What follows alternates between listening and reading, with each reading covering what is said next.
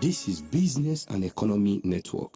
The strategic importance of growing economy like Nigeria can never be emphasized, and it behoves on all operators, you and I, even the artisans, and you name them, to begin to do things to stimulate our economy. Ladies and gentlemen, not all the time we shout of government. Yes, government policies are there to also help, but on our little way, let us try and see what we can do to stimulate our economy. Welcome to your program. You are watching Business and Economy Network. My name is Peter Moje. The program rundown this week, Spotlight, we have the country manager stroke chief executive officer of Dizengoff West Africa Nigeria Limited. These are companies saddled with the responsibility of agriculture and telecommunication in Nigeria. Coming in focus, we have the founder and group managing director of Elephant Group PLC. They are responsible for food security and, more importantly, rice production in Nigeria. For special report, we have the chief executive officer of MIRAFLSH Nigeria Limited, a company doing very well in the pharmaceutical sector in Nigerian economy. Now for Straight Talk, we have the chief operating officer and accountable manager of Danna Airlines, an airline doing very well in the aviation industry in Nigeria. All these whole operators in Nigerian economy are contributing to making sure that Nigerian economy stay afloat. It's going to be an interesting watch. I'll be back after this time out.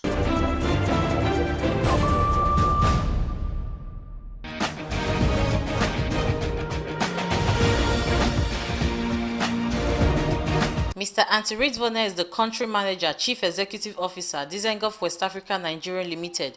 Dizengoff is a one-stop shop for all agricultural farm inputs, an expert in the setting up and smooth running of greenhouse farming, a sole distributor of Case IH tractor to ease in mechanized agricultural processes, also involved in the provision of quality high-yield seeds, a successful partner in irrigation solutions with one of the very best in agrochemicals and fertilizer supply. Mr. Anthony recognized a remarkable milestone has been reached so far by government and concerned Nigerians in the propagation of agriculture in the country, but advised that a lot can still be done to better enhance the agricultural sector, as it can conveniently become a huge revenue boost to our economy.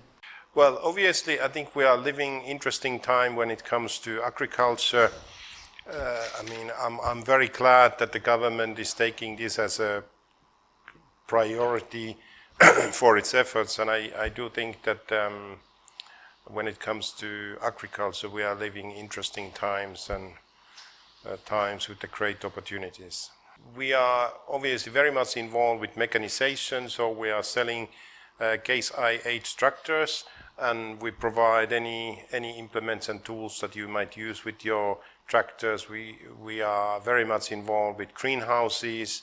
We provide irrigation solutions and also agrochemicals, fertilizers and seeds. So I would like to think us as a one-stop place for agricultural solutions.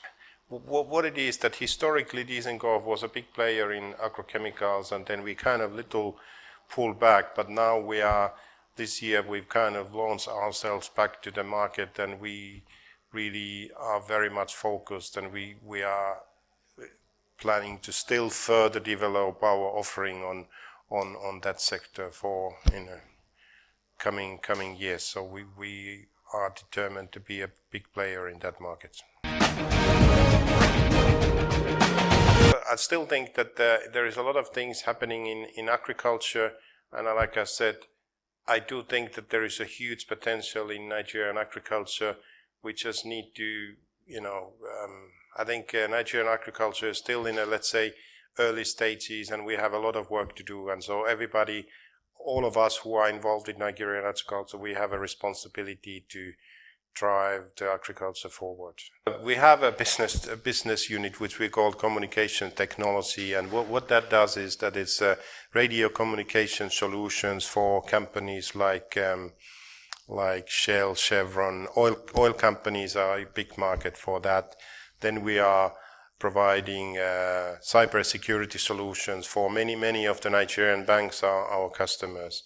And then we also provide technical solutions for security, which means CCTVs, access control, and overall technical solutions for security. And in addition to that, like a network solution, so we would be providing internet internet Wi-Fi solutions for hotels and different companies and etc. So it's a great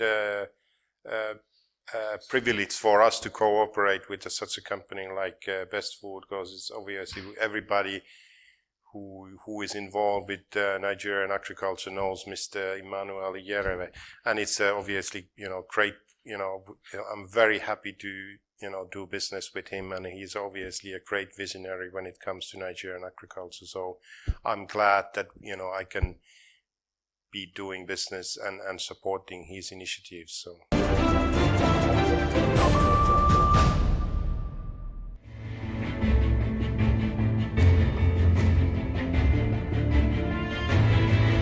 Elephant Group PLC is headed by Mr. Tunji Owoeye as the Group Managing Director.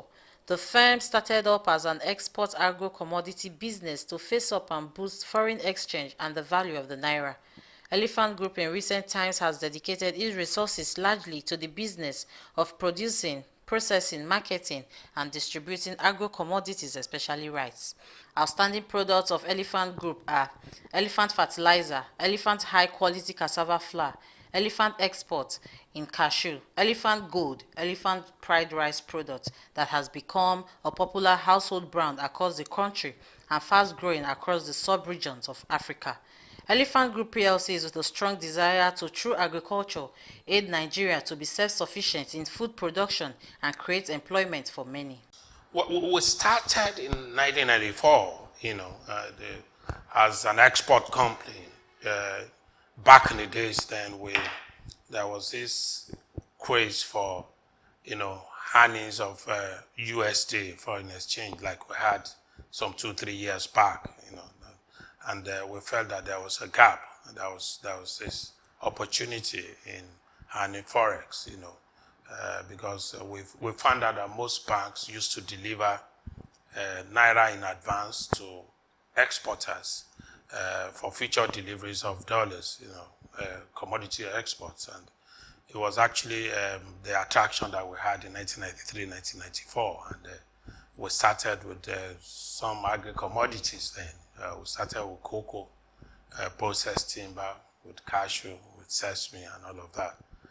So that was how we started business in, not only in Nigeria, across some countries in West Africa, with export principally, before we moved into other parts of agri-business value chain, import, processing, and all of that. So before we became a group company.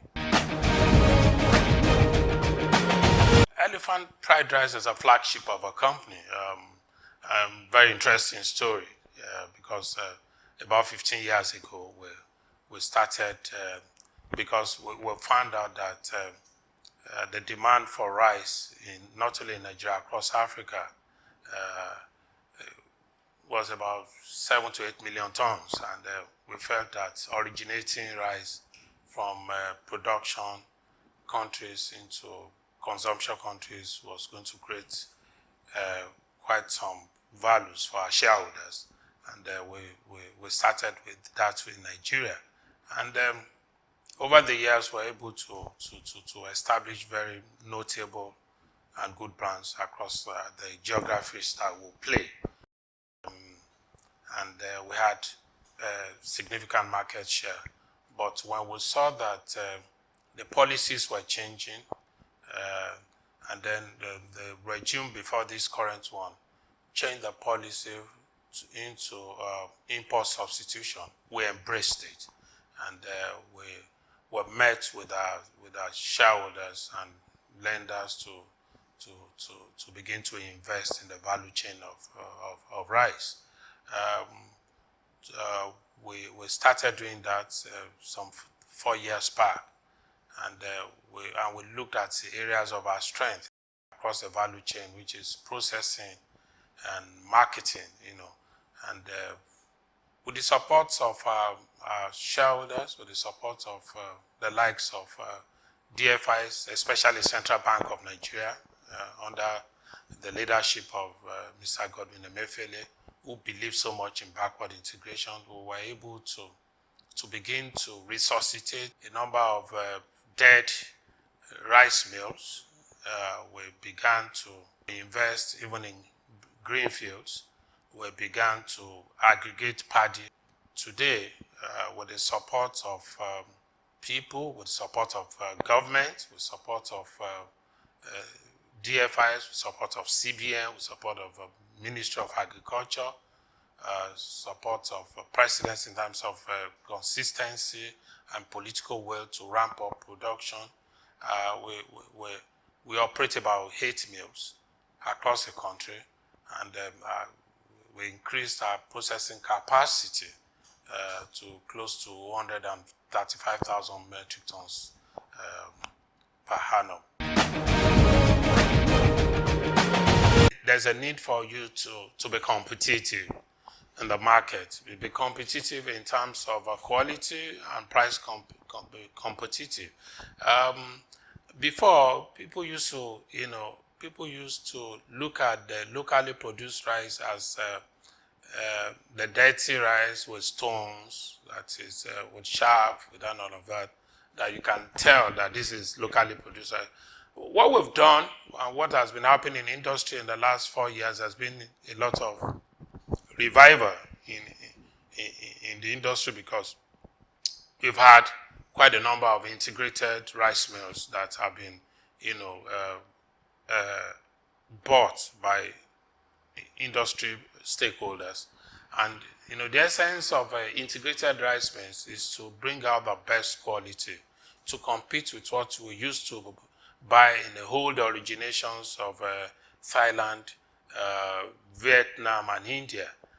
Today, not that you cannot spot the difference between the imported rice and the locally produced rice. Sometimes some of our mills produce better rice than the imported rice, and that is what technology has brought into production. There have been innovations in areas of parboiling. We have very good parboiling facilities. We have what we call destoners. We have equipment that are called color sorters that sort out, impurities from rice, and quite enough. So that's why it's called integrated. And we're happy today that you cannot spot the difference.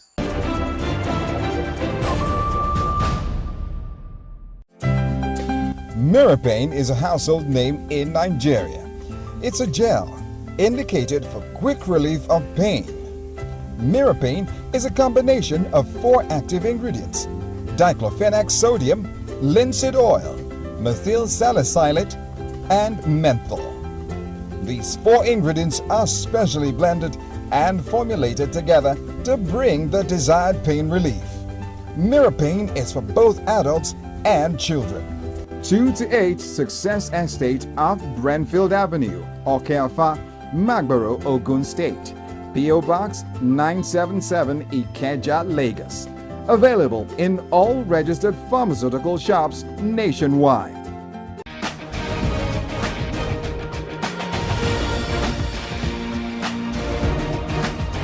The challenge of quack operators in various sectors of the Nigerian economy cannot be overlooked. The pharmaceutical sector today is no exception, as such operations are very evident. Pharmacist Oluwalade Moses is the MD CEO of MIRAFLSH Nigeria Limited, an indigenous pharmaceutical company with product range from antibiotics, capsules, dry powder for suspension, pain reliefs, and lots more. He appealed and advised that government and every necessary regulatory body should be up and doing in order to face off fake and substandard products from our market. Miraflash is driven by a strong desire to produce high-quality pharmaceutical products. The issue of quackery in Nigeria is a monumental problem that has been affecting our health sector especially. Some people look at it as a lucrative business. It's unfortunate when you are killing life to make money. There is no saying that is greater than that. However, when you look at the issue, when you give anybody an opportunity, it will take an advantage. So I want to put the blame on the system again, the government especially. There are statutory bodies that are supposed to combat this issue. But again, these statutory bodies, are they rightly empowered to be able to do the job? For example, NAFDAC, PCN, what is the level of their empowerment to be able to cover over 200 million population. In Nigeria, the other day, the DG Nada was talking of the scarcity of fund. So when there is no fund, even for those of us for registration at times, there is no fund to even get some prerequisite chemicals to carry out tests. And as a result, there are delays in the registration processes. So, quackery, unless we tackle quackery headlong, it will continue to pose a menace to the problem. And the poverty mentality of the system make the quackery business to be booming. People are interested in the cheapest product. Psychologically, they don't want to know. Even if some of them are even aware that these things are fake, but psychologically, they don't have money. They want to take something. They still go for it. So by the time as professionals, when you counsel, you do this, they say, please, it's because you want to make sales. So they find it difficult to believe. Today, when you look at the registered pharmacies and the patent medicine dealers, you will discover that the ones that are operating without license, they are more than the ones that are licensed. So under that condition, how do you curtail quackery? How do you curtail faking? There are some remote areas in the villages that even the regulatory bodies, they cannot even get to because of the facilities available to them. So I think government really have to look at this thing holistically and see what can be done to bring it down, especially when we know that life is involved. It is not a vehicle that if you damage, you can go and buy another one. But if somebody dies as a result of fake drug, you cannot replace that life. So government should take it on that basis and should not politicize it or should not look at it from a way of making money. Thank you very much. My partners, precisely in India, they are also they are business people. If the environment is not conducive, they will not be encouraged to come unless, like I said, it is legislated. For example, if it is legislated that, okay, after one renewal, you cannot renew again. And if they know that the volume of the product that they are doing is high, then they will be encouraged or they will be forced to come and establish here. I can only encourage them. They are not, it's not automatic that they will take my advice. And on my own, we say, okay, why can't I manufacture it since I am also a manufacturer? I told you earlier, I specialize on antibiotics. Mirapain gel is a cream, it's a gel. So it requires complete sets of machineries, complete sets of even the building. I cannot even manufacture in the same building while I'm manufacturing my beta-lactam. So it has to be complete set of machineries, complete set of raw materials, complete set of buildings, complete set of staff. So it has to be a complete entity on its own before I can do it, and which is very capital intensive. So if government should try and see, now I'm doing the renewal. So after the renewal, government say I cannot register again. I can use that as a bait to force them at least to come to Nigeria to come and be manufacturing here.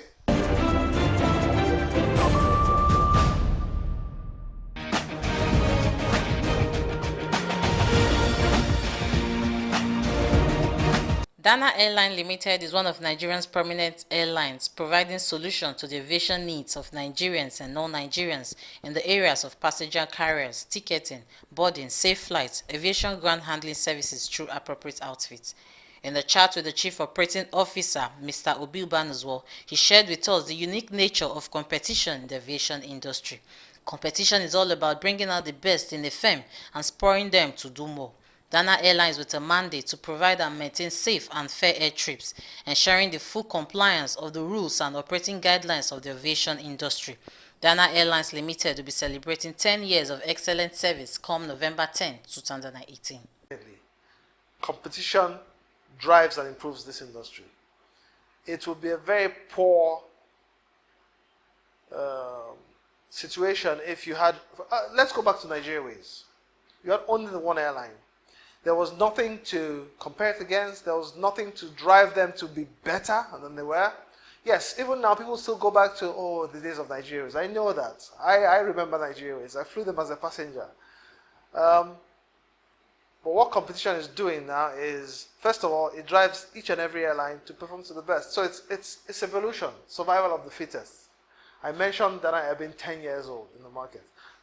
Probably the only older airline that are in the current situation is maybe aero contractors, who we know have been here for very long, over 50 years, as in the different guys. They weren't performing then. But so competition makes sure that the fittest survive, first of all. There's so many other external factors linked to that. But the fact that we have competition is good.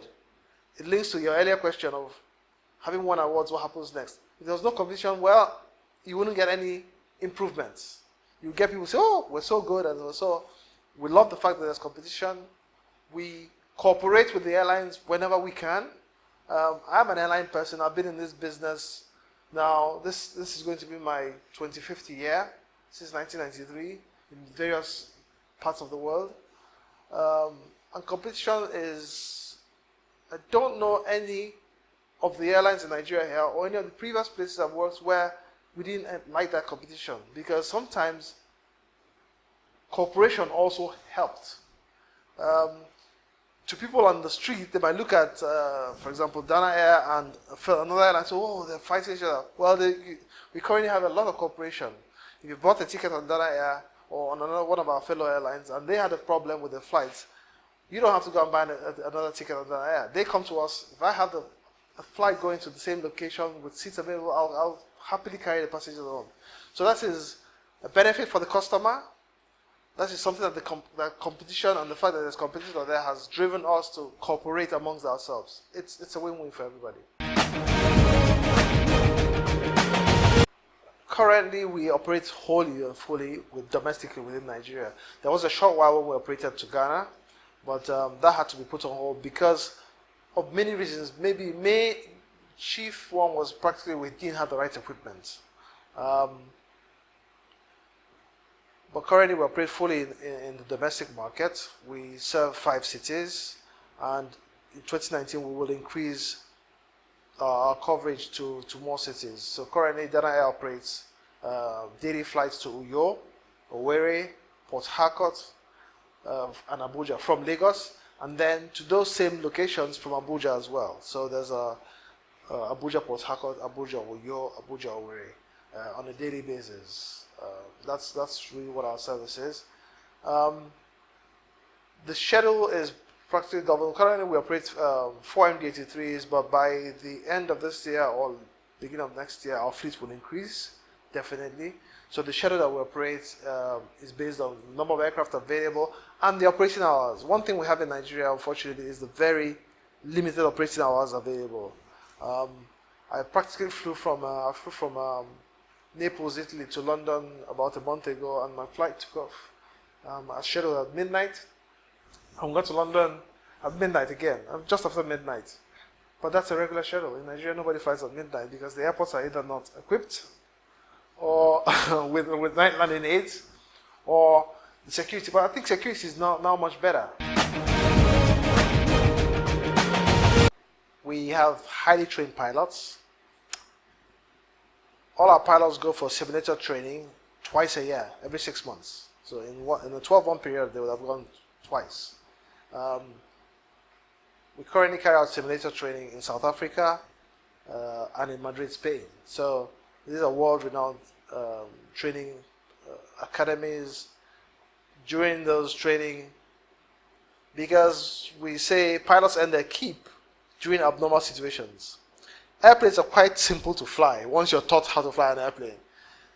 But the pilot is trained during abnormal situations. So that's why they go for simulators, which are like the airplanes, but not the real airplanes themselves. And then they're taught and given all those abnormal situations. And we make sure, even though it's very expensive, other parts of the world, the pilots don't need to go far to have that training. We have to fly 5-6 hours to other countries, spend foreign exchange.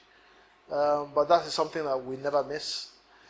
Our cabin crew, as you know, people look at the cabin crew, and our cabin crew have won awards and accolades. But people look at it and say, oh, they're fine. Well, the reason they're actually there is for passenger safety. Yes, people say, oh, they serve you this. No, the main reason cabin crew are there is passenger safety. So we have a very good training school that is run by internally in Danna Air, and we do training We do refresher so every cabin crew who's been in Danna, even those who've been there from day one with us, will go refresher every year. Our own internal trainers undergo a refresher in the United Kingdom every year, which is sanctioned by the NCA as well. The NCA goes to the UK with them, check how they get trained. So that is even what I said, the front side. Our engineers, currently we have a mix of both Nigerian and expatriates. Since I took over as CEO, we've actually, I call it Nigerianized more. There were a lot more expatriates, but now we are going a lot more, but then we're doing the training as well. A lot of our engineers have been given extra training. It's something people would say the ICAO Level 3 training for engineers, which we do every year as well. This is Business and Economy Network.